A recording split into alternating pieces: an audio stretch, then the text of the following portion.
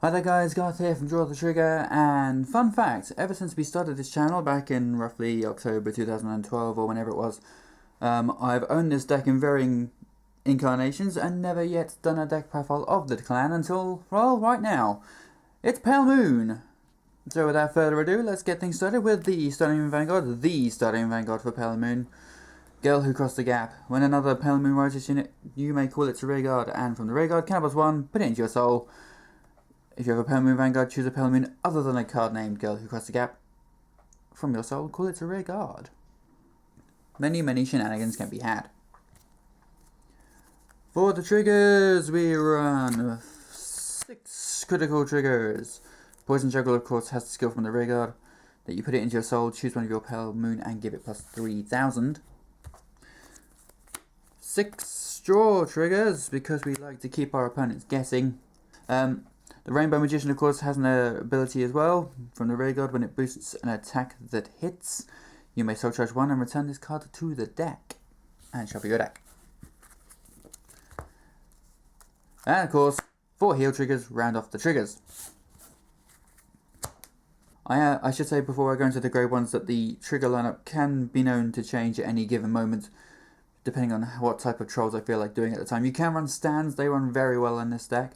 I have been known to run up to 8 stands, 4 draws.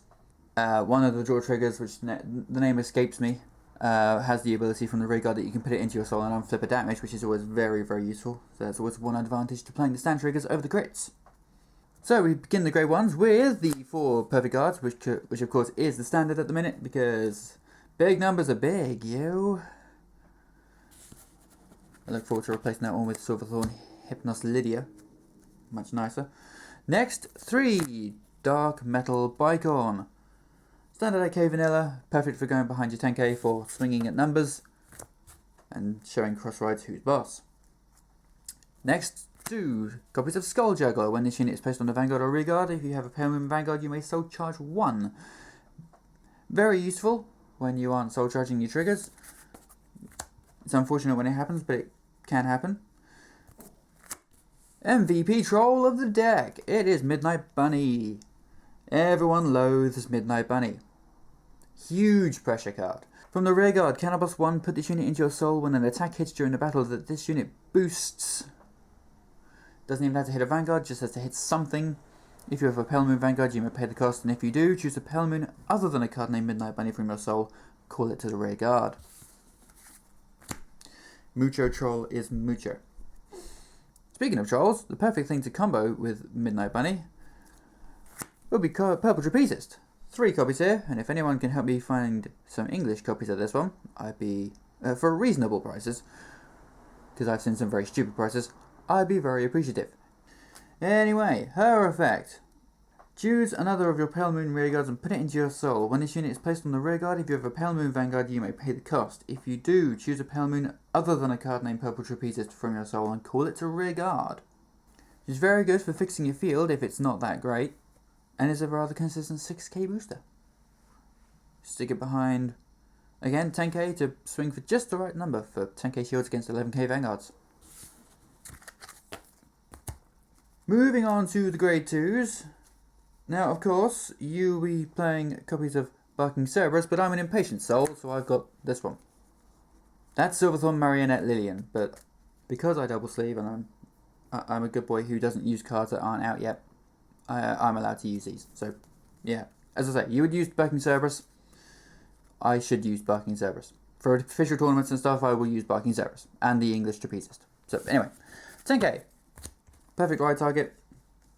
Very nice and consistent. Next up, 3 copies of Jumping Jill. When this unit is placed onto the rear guard from your soul, if you have a Pale Moon Vanguard, it becomes a 12k attacker for that turn. Wonderful thing to combo with things like Purple Trapezist and the boss card of the deck, which we'll see in a minute. More soul charging! It's 3 copies of Nitro Juggler. When this unit is placed on a Vanguard or rear guard, if you have a Pale Moon Vanguard, you may soul charge 1. It's just like Skull Juggler, but a grade 2 and a 9k. Generally, you'll either, if you call it to rear guard to soul charge 1, you'll pretty much be guaranteed to intercept it off later because its job is done. Unless you want to soul charge more on your next turn. In which case, Purple Trapezist is your friend. Meanwhile, last of the Grade 2s, a single copy of Firebreeze Carry. She's the Maiden of Libra clone. Cannabos 2 when this unit attack hits, and you may draw a card. Nice and quick trolls. This deck is very good at maintaining good hand advantage, especially with that many draw triggers. Lastly, the Grade 3s, 4 copies of Starlight Melody Tamer Farah. Lovely card. You have to run her at 4 because she is a Persona Blast.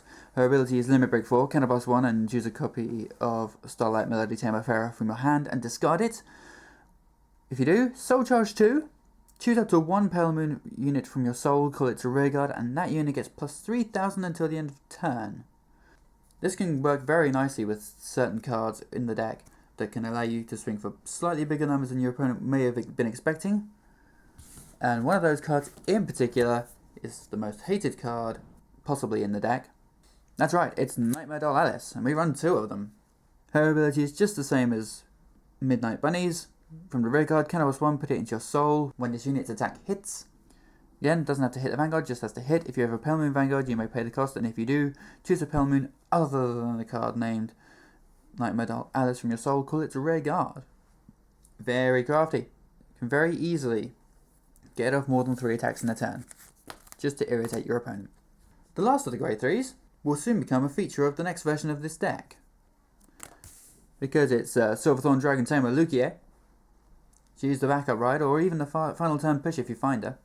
Her ability is Limit Break 4, Cannabos 3, choose up to 1 Grade 0, Grade 1, Grade 2, and Grade 3 from your Pale Moon specifically, from your soul, and call them to separate rear guards. Which of course combos brilliantly with the auto ability she has from the Vanguard Circle only, which is when one of your Pale Moon is placed on the rear guard from your soul, this unit gets plus 3,000 until the end of turn. Which means that if you manage to get one of every grade out of your soul, when you use her Limit Break ability, she gains plus 12,000 power, which is ridiculously good. This doesn't count, of course, the ridiculous Purple Trapezist Girl Who Crossed the Gap combo, which can loop for as many counterblasts as you can get away with. So that's my Pale Moon deck profile. Let me know what you think of it in the comments, and we shall see you in the next video. Thank you very much for watching.